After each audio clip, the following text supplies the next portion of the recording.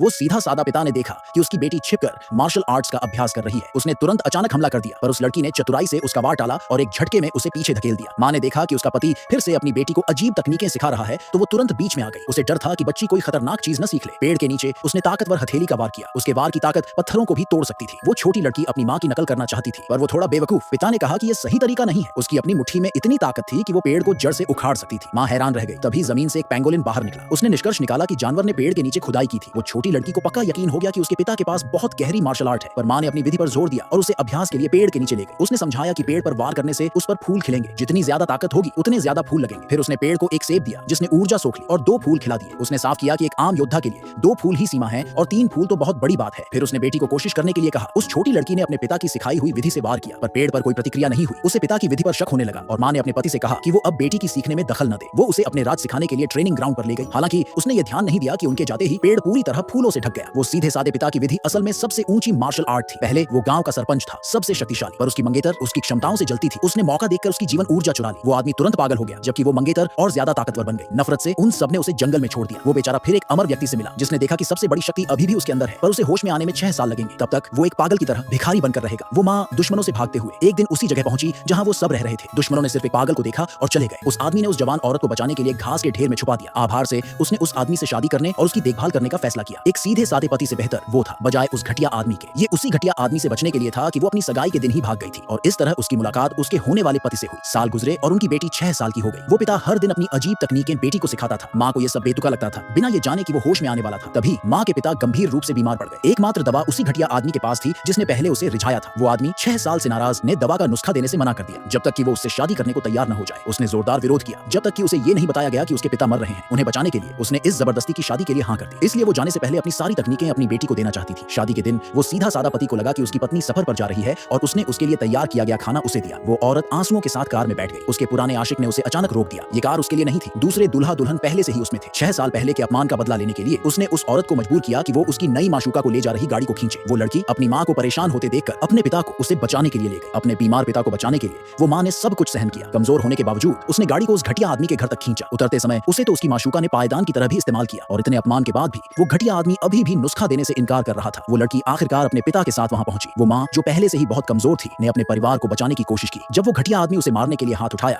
तो वो छोटी लड़की चिल्लाई, रुको। माँ ने अपनी बेटी से विनती की कि वो पिता को लेकर भाग जाए, पर उस घटिया आदमी ने उसे रोकने का आदेश दिया। आज यहाँ से कोई बाहर नहीं जाएगा। वो सीधा सादा पिता उसके सामने खड़ा हो गया। डरो मत, मैं तुम्हारी रक्षा करूंगा। वो घटिया आदमी जोर से हंसा। तुम एक बेवकूफ, किसकी रक्षा करोगे? उसने हमला कर दिया। माँ ने पहला वार रोका, जिससे वो और गुस्सा हो गया। उसने अपनी पूरी ताकत से वार किया, पर इस बार उस छोटी लड़की ने सिर्फ एक हाथ से उसकी मुट्ठी को रोक दिया और उसे जोर से दूर फेंक दिया। सब हैरान रह गए।